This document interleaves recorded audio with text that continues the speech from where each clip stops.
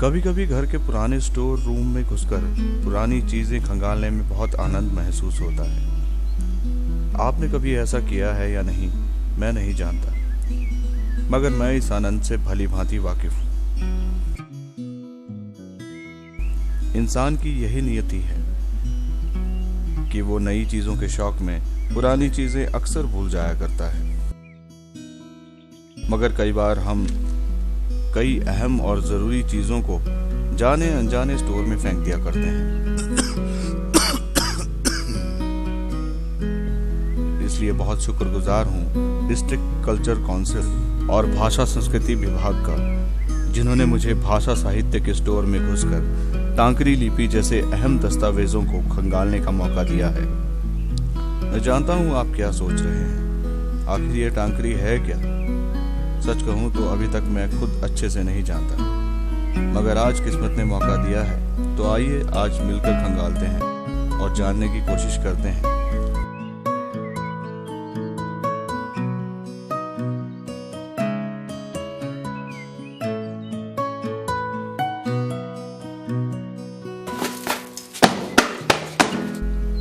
कुछ किताबों पर से थोड़ी सी धूल हटाई तो पता चला कि कुल्लू से लगभग 15 किलोमीटर दूर राटसू गांव में टांकरी के प्रखंड विद्वान श्री खूबराम रहते हैं। फिर क्या था, हमने भी उठाया अपना बोरिया बिस्तर और पहुंच गए उनके पास।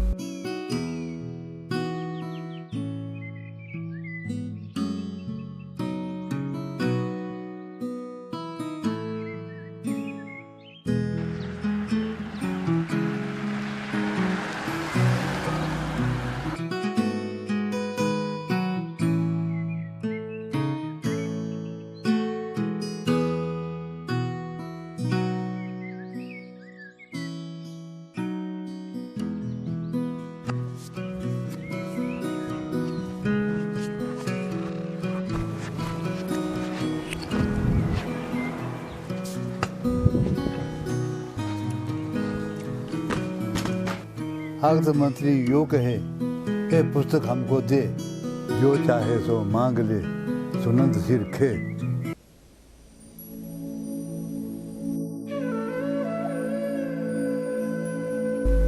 बात की तो न जाने क्यों मन भर आया।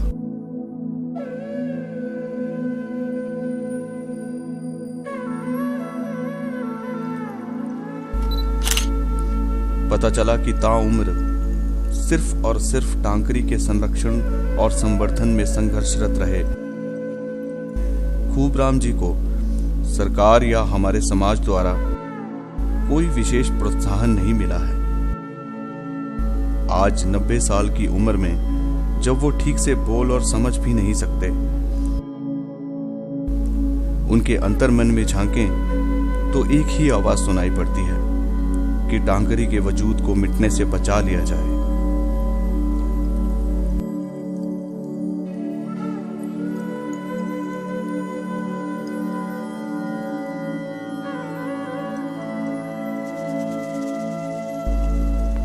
खैर, आज हमारे यहाँ आने से उनकी आंखों में एक उम्मीद की किरण ने तो जन्म लिया है, मगर हम इसे कहां तक सार्थक कर पाएंगे ये हम खुद नहीं जानते।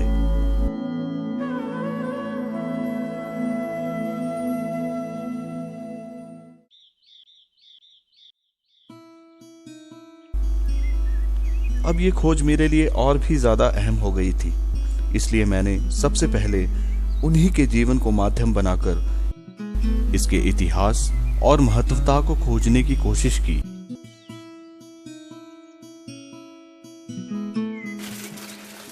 ये होती है वो डोज भैया, गोल गोल गोल पतरे।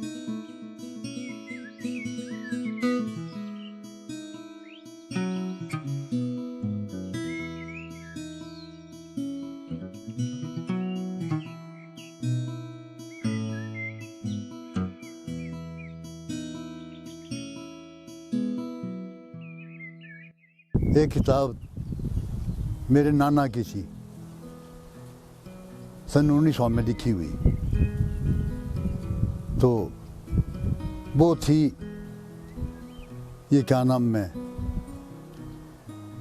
उसमें दुआइयाँ और मंत्र वगैरह लिखे हुए थे। उससे वो पढ़ने का शौक़ पैदा हुआ। टांकरी जो है ये लिपि भी है और भाषा भी। 16वीं सदी में ये मतलब प्रचलित थी, हर आदमी सीखता था। टांकरी का ये है कि जो ये लिपि है ये आशु लिपि है। आशु लिपि मतलब ये है कि आसानी से लिखी जा सकती है। इसमें जो हैं कांगड़े की तरफ से कायत होते थे, तो उन्होंने इसको चालू किया। इसमें तो बहुत कुछ मिला मुझे, मतलब वैसे जाति तौर पर भी जानता था मैं, तो ये वेदों का, आयुर्वेद का, किसी और चीज़ का पूरा वाकफियत मिली है इसमें। मेरा ये ख्याल है कि टांकरी जो है वो उसको बढ़ावा देना चाहिए, प्रचलित करना चाहिए। ये जानकारी बुद्धिजीवी वर्ग के लिए तो काफी थी, मगर खुशदिल जी के सपने को साकार रूप देने के लिए इसे आम जन तक पहुंचाना बेहद जरूरी था, जिसके लिए टांकरी को समाज के नजरिए से देखना मेरी जरूरत बन गई थी। और इसके लिए मैंने समाज के विभिन्न वर्गों से बात करना जरूरी समझा। मैं तो यही कहना चाहूँगा इस विषय में कि टांकरी जो है हमारी जैसी और संस्कृत इत्यादि भाषाएं, वैदिक भाषाएं मिलती हैं, उसी की परंपरा में हम इसको मानते हैं। और ये भी उतनी ही समृद्ध रही है, क्योंकि इसमें भी वही भौतिक और अभौतिक विषय दोनों लिए गए हैं। जो हमारे ऋषि मुनियों जो मंत्रोच्चारण द्वारा सिद्धियां प्राप्त करते थे, वो सारे विषय इसमें हैं। लेकिन हमारी पीढ़ी जो है इसको पढ़ ना पाने के कारण, सीख पाने के कारण जो है वो लाचार, बेबस महसूस करती है। अंग्रेज़ों ने कहा कि इनका कोई भी अपनी लिपि नहीं थी, क्योंकि हमारे तरफ जितने भी वेद वगैरह उनको कहते हैं श्रुति। श्रुति मैंने सुन करके, भाई एक ने सुन ली, फिर वो मरा तो उसने अपने बच्चे को, जैसे स्थिति होती है ना, लेकिन असलियत में वैसा नहीं था। हीरानंद ओझा हैं, तो उन्होंने अपनी पुस्तक में लिखा हुआ कि नहीं, ये बात हमारे जो लिखित तो बड़ा पुराना है, प्राचीन है। ऐतिहासिक जो तथ्य हैं इसमें संरक्षित हैं। इसके अलावा लोगों ने जो है अलग अलग विषयों पर इसमें काम किया है, जैसे आयुर्वेद की किताबें इसमें अनुवाद में टांकरी में लिखे हुए हैं, और धार्मिक किताबें हैं, मंत्र तंत्र की किताबें हैं। ये टांकरी में शुरू से ही लेके जब तक हिंदी प्रचलित नहीं था, तो टांकरी का ही ज़्यादा रिवाज ये हमारे पहाड़ी रियासतों में रहा है। जो आज की पीढ़ी को बातें काल्पनिक लगती हैं, कैसे हमारे ऋषि मुनि सिद्धियां प्राप्त करते थे, और साइंस के द्वारा भी आज वो बातें सिद्ध हो रही हैं धीरे धीरे, तो वो चीज़ें कल्पना नहीं थी, वो एक्चुअल में वो चीज़ें थी। इसके लिए हम जैसे एक आयुर्वेद का उदाहरण आपको दे सकते हैं कि जैसे हम औषधि निर्माण करते हैं, आयुर्वेद सभी जानते हैं कि वो वेद का एक उपवेद माना गया है। तो आयुर्वेद का मतलब है आयु आपकी स्वस्थ होनी चाहिए, पूर्ण होनी चाहिए। शतायुषो वै पुरुषः, मतलब 100 साल की आयु मानी गई है। तो 100 साल की आयु आपकी कैसे शुद्ध होगी? जब आपका शरीर निरोग होगा, मन निरोग होगा।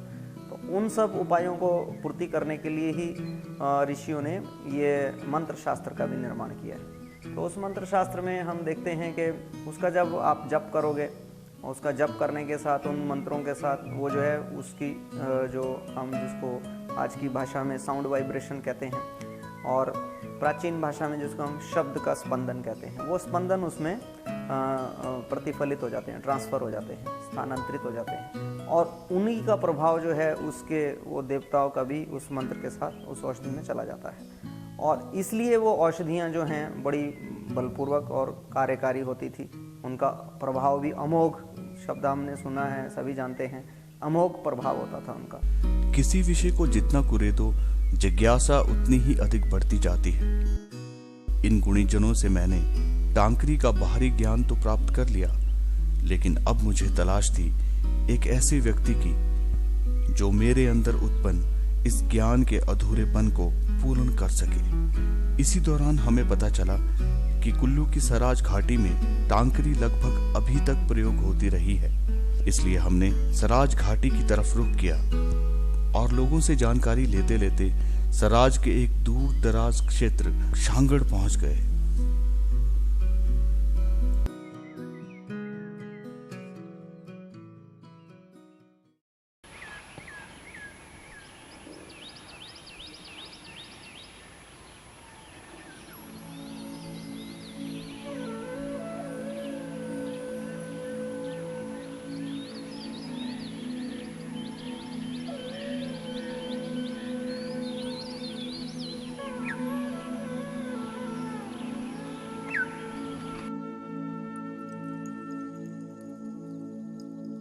यहाँ की खूबसूरती और आध्यात्मिक वातावरण को देख मुझे लक्ष्य के बहुत करीब होने का एहसास हो रहा था।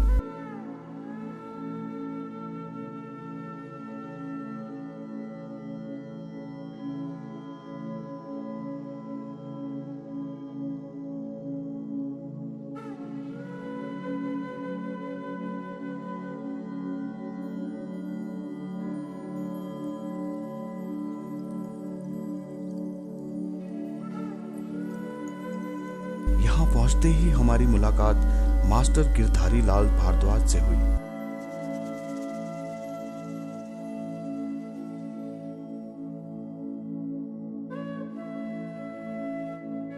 शिक्षा विभाग से सेवानिवृत्त भारद्वाज जी 81 साल की उम्र में भी गांव में होने वाली हर गतिविधि में बढ़ चढ़कर भाग लेते हैं। यहाँ पर हमारी मदद करने की इन्होंने हर संभव कोशिश की।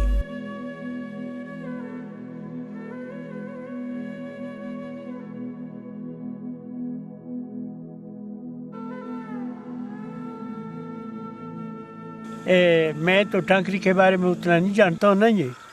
हाँ, मेरे बड़े भाई भी जानते हैं ज़्यादा। मैं आपको उनके पास ले जाता हूँ। चलो फिर वहाँ पूरी बात का पता लगेगा।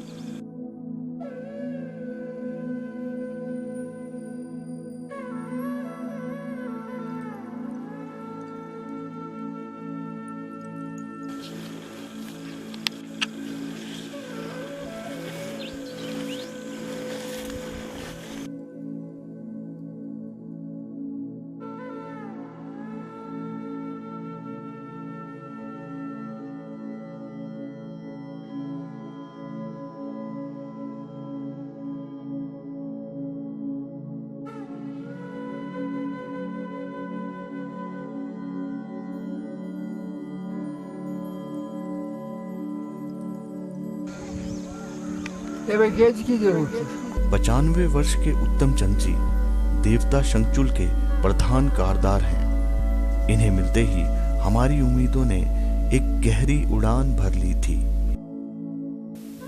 उत्तम चंद शर्मा संघड़ टांकरी के बारे में सब कुछ जानता है। लिखना जानता है, पढ़ना जानता है, हिंसे जानता है, सब कुछ जानता है।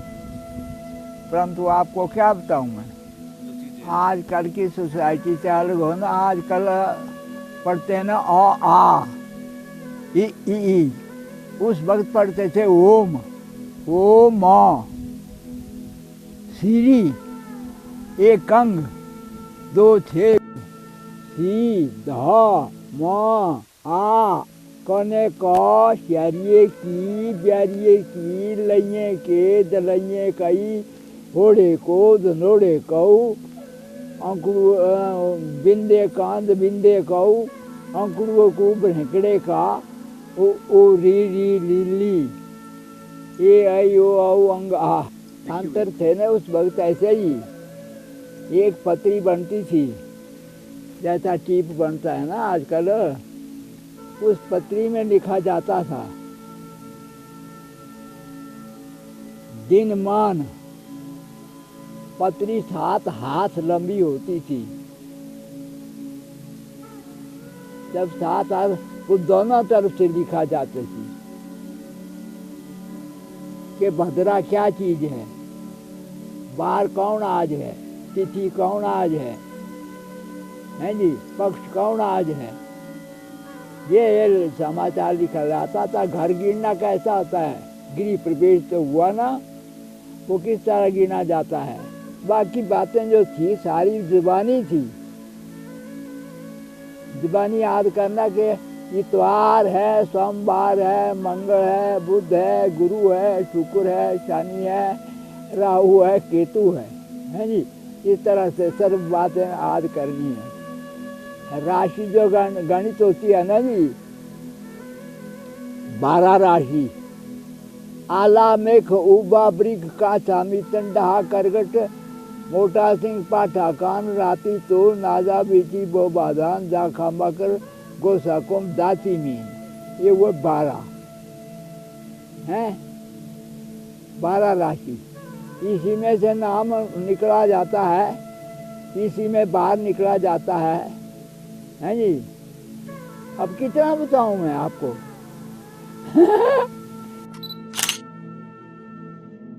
हम तो नहीं चाहते उसको खत्म नहीं करना चाहिए, हम चाहते उसको मजबूत करना चाहिए।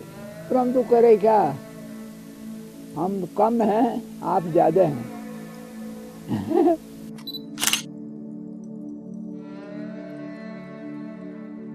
खूबराम जी की तरह ही उत्तम चंद जी भी ज्यादा वृद्ध हो जाने के कारण अब पढ़ लिख नहीं सकते थे, इसलिए इससे अधिक कुछ मिल पाना बहुत कठिन था। मगर हाँ, ऐसा भी तो नहीं था कि कुछ भी ना मिला हो।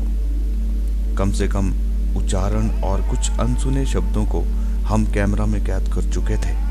हमने गांव में कुछ और लोगों को भी टटोलने की कोशिश की। नहीं आती हमको, नहीं आती थी, हमारे टाइम में नहीं थी टांकरी। सफर अभी भी अधूरा था। कड़ी मुशक्कत के बाद भी सफलता ना मिलना मन को हतोत्साहित कर देता है। अधूरी तलाश ने मुझे और मेरे साथियों को थका दिया था। ऐसी स्थिति में हरिवंश राय बच्चन जी की कुछ पंक्तियां मेरे मन को हौसला दे रही थी और मैं मन ही मन में इन्हें दोहराए जा रहा था कि नन्ही चींटी दाना लेकर चलती है, चढ़ती दीवारों पर 100 बार फिसलती है। मन का विश्वास रगों में साहस भरता है, चढ़कर गिरना, गिरकर चढ़ना ना अखरता है। आखिर उसकी मेहनत बेकार नहीं होती, कोशिश करने वालों की कभी हार नहीं होती।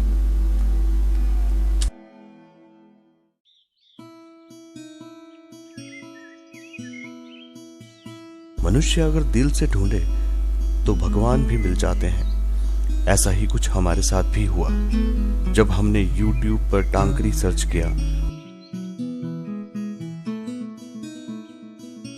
और हमें सराज के ही एक छोटे से गांव पाली चौकी के रहने वाले महायोगी सतेंद्र नाथ के विषय में पता चला।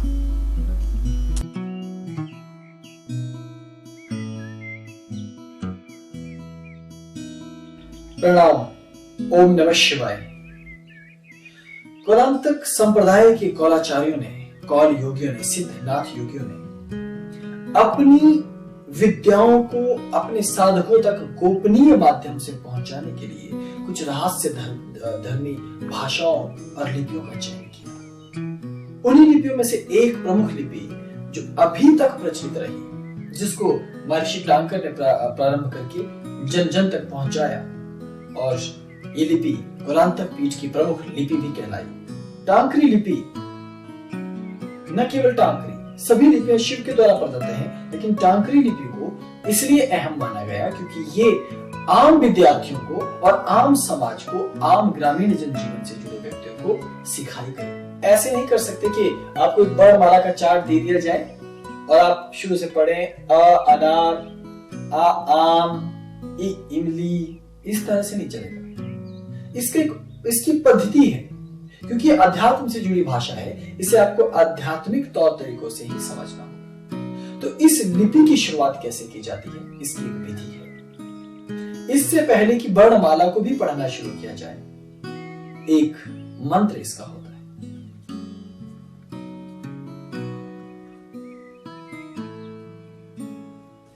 ये ऊपर मैंने इसे हिंदी भाषा में लिख दिया और ये नीचे मैंने टांकरी भाषा में लिख दिया। अब मंत्र है ओम सरस्वती एक अंग दो छी सिद्ध होमा, लेकिन उसको देशज भाषा में पढ़ा जाता है ओम सारस्वती। एक अंग की जगह एक आंग होता है वास्तव में, एक अंग दुई, दो को कहा दुई, छीक सिद्ध होमा। मुझे कुछ खास बातें आपको बतानी। पहली बात तो ये कि टांकरी भाषा कई भाषाओं में विभक्त है। जैसे अगर आप हिमाचल प्रदेश की बात करें, मैं हिमाचल से शुरुआत करता हूं, भारत प्रदेश के राज्य से। हिमाचल प्रदेश में वर्तमान समय में 12 जिले हैं। अगर आप 12 के 12 जिलों में जाएंगे तो टांकरी हर जिले में अलग तरह की है, उसमें शब्दों का भेद है, वर्ण अलग अलग है। तो टांकरी सीखना अपने आप में महा चुनौती है। क्यों? इसके पीछे कई तर्क दिए जाते हैं। हालांकि एक ही गुरुकुल, एक ही कौलाचार क्रम से ये सब आगे बढ़ा, लेकिन अलग अलग जिले में या अलग अलग गांव में जो लोगों ने उसे सीखा, क्योंकि उस समय निरक्षरता थी, बहुत कम लोग पढ़े लिखे होते थे, तो वो गुरुकुल से सीख कर आते थे। उसका कई दिनों तक पढ़ाई करते नहीं थे, घर में उनको कोई लिखने पढ़ने की जरूरत ज्यादा पड़ती नहीं थी, तो उसे भूल जाया करते थे। तो अगर कोई शब्द वो भूल गए, मान लीजिए क लिखना भूल गए, तो क की जगह फिर वो कोई आकृति बना दिया करते थे। अब उस समय यातायात नहीं होता था, संचार के माध्यम नहीं थे, पुस्तकें बहुत कम थी, पढ़े लिखे लोग भी कम थे, इसलिए अलग अलग जगह टांकरी बहुत विविधता से भर गई। इसलिए आज टांकरी पढ़ना बहुत मुश्किल हो गया। अब टांकरी का का कैसे लिखा जाता है? टांकरी का में एक का ऐसे लिखा जाता है, ये एक का है, और दूसरा का ऐसे लिखा जाता है, ये दूसरा का है। इस तरह से एक का को लिखने की 8-10 तरीके हैं। तो आप जब पढ़ने लगते हैं तो आपको पता नहीं चलता कि ये वाला का है या ये वाला का है या कोई तीसरा का है या फिर कोई चौथा का है। महायोगी सत्येंद्र नाथ टांकरी का संपूर्ण ज्ञान रखते हैं। हमारी तलाश तो यहाँ खत्म हो चुकी थी, मगर ऋषि मुनियों द्वारा वर्षों के शोध से निर्मित इस अमूल्य धरोहर का इस प्रकार समाज से हट जाना अपने आप में एक सवाल खड़ा कर रहा था। आगे इसलिए नहीं बढ़ी कि उस वक्त अंग्रेज़ों का राज शुरू हुआ था, तो वहाँ ये हुआ कि जो भी उर्दू पढ़े हुए हैं वो 2-2, 4-4 जमातें पढ़ के भी नौकरी में लग गए। तो उस वजह से जो है इसका जो अस्तित्व है वो खटाई में पड़ गया। तो जो हमारे विरोधी थे उन्होंने कहा कि पहाड़ी भाषा कोई भाषा नहीं है, क्योंकि उसमें ना ग्रामर है, ना उसमें पहाड़ी क्या ना उसका लिटरेचर है, ना उसकी कोई लिपि है। लिपि खासकर तौर पर लोगों ने कहा था भाई लिपि तो है, तो उन्होंने कहा कौन सी लिपि है, तब और टांकरी की जरूरत पड़ गई। और एक तबका ऐसा निकला था जिसने कहा था कि हमें अपनी टांकरी रखनी चाहिए। तो परमार साहब थे हमारे जो चीफ मिनिस्टर थे उन दिनों में, वो थे कि भाई हमें कम से कम जो है चीज़ें रखनी चाहिए इस तरह की, वरना तो हम हिंदी से बहुत दूर चले जाएंगे। तो दूर चले जाएंगे के लिहाज से हमने इनको रखा नहीं है, वरना है अल्फाबेटिक बहुत अच्छे हैं। पहाड़ों में तो पहाड़ी बोली अलग अलग पहाड़ी बोली थे, इसीलिए यूनिवर्सली उसको समानता लाने के लिए यही हिंदी में ही उन्होंने शुरू कर दिया था। इस वजह से क्योंकि हिंदी वगैरह सरकारी स्कूलों में पढ़ाते थे और पढ़ाते हैं, जिसकी वजह से वो आम लोगों के उसमें ज़्यादा प्रचलन में आ गया। और टांकरी क्योंकि वो सिर्फ गुरु के साथ बैठ के या कुछ ही लोग उसको जानते थे, तो वहाँ टाइम लगाना भी बहुत मुश्किल हो जाता था।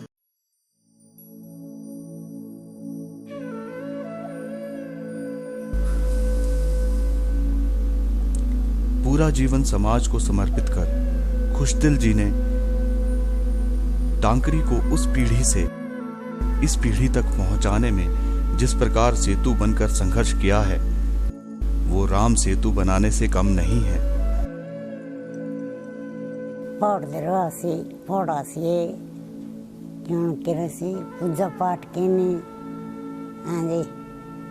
अपना ध्यान इंद्रा लिखाने साधने तो पौना हाँ जी। दिनचर्या सारी इसी में बीती, धार्मिक अध्ययन या टांकरी का अनुवाद या लोक सेवा में। मैंने छोटे से दादाजी को जब देखा था ना, दादाजी अपने अध्ययन में लगे रहते थे। वो जैसे अपना ही वो अपनी तैयारियाँ, अपना पढ़ाई, अपनी उसमें रिसर्च में लगे रहते थे। और कई बार दादाजी हमको भी अपने साथ ले जाते थे। जैसे 1-2 इवेंट्स याद है, जैसे एक बार हम वहाँ हलांड से ऊपर गए थे, कोई वहाँ कुछ लिखा हुआ था जैसे उसे पढ़ने के लिए। फिर दादाजी यानी 1-2 वर्कशॉप्स हमने भी लगाई दादाजी के साथ टांकरी उसमें। फिर बहुत अच्छी फीलिंग है कि दादाजी अपने उस पे अपने स्टैंड पे रहे हैं। हमारे समाज को खुशदिल जी जैसे लोगों का ऋणी होना चाहिए कि उन्होंने बिना किसी आर्थिक सहायता के या सहयोग के अपना पूरा जीवन टांकरी को दिया। मगर अब सवाल ये खड़ा होता है कि क्या हम इसे आने वाली पीढ़ियों तक पहुंचा पाएंगे? कुछ लोग जैसे यूनिवर्सिटी में है, उसको एक कोर्स जो है ऑप्शनल हो बेशक, मगर कोर्स वहाँ ओपन किया जाए। स्कूल के सूरत में इसको वो करें या इसको द्विभाषी में एक तरफ से टांकरी और एक तरफ से हिंदी या इंग्लिश में लिख के पुस्तकें भी तैयार करके रखें, तो ये हमारे लिए बड़ा फ़ायदा रहेगा। हमारे पिताजी का ये रहा कि थोड़े समर्थ थे, जो हमारे असमर्थ लोग हैं, आर्थिक वो कमज़ोर हैं, तो उनको सरकार की ओर से इनको रखने के लिए या दूसरा हर चीज़ सुरक्षित करने के लिए जो भी विद्वान आदमी हैं उनको ये सहायता मिलनी चाहिए। मैं नहीं कहता हूँ कि लिपि आप स्कूलों में पढ़ाए या क्या नाम करें, लिपि तो कुछ एक लड़कों को तो खास तौर पर पढ़नी होगी। मैंने टांकरी भाषा पर एक लघु व्याकरण तैयार किया है, जो PDF के रूप में भी उपलब्ध है और पुस्तिका के रूप में भी उपलब्ध है। आप इसको देख सकते हैं और इससे इसे सीख भी सकते हैं। जिला कुल्लू में जो है डिस्ट्रिक्ट कल्चरल काउंसिल का गठन किया गया है। वैसे ये जो काउंसिल है इसका गठन बहुत पहले हो चुका है, क्योंकि कई वर्षों से ये इतनी सक्रिय नहीं थी। अब जो है ये गत 1 वर्ष से ये एक्टिव है, सक्रिय हो गई है। तो इस काउंसिल के माध्यम से जो है जिला कुल्लू के अंदर ऐसे जो हिस्टोरिक दस्तावेज हैं, जो टांकरी में जिनकी लिपि है उसमें जो दस्तावेज हैं, पहला काम तो ये है काउंसिल के माध्यम से कि उनको डिजिटलाइज किया गया है, काफ़ी पेजेस कर दिए गए हैं। उसके पश्चात जो है जो नेक्स्ट इसका जो स्टेप है इसकी डॉक्यूमेंटेशन की जा रही है।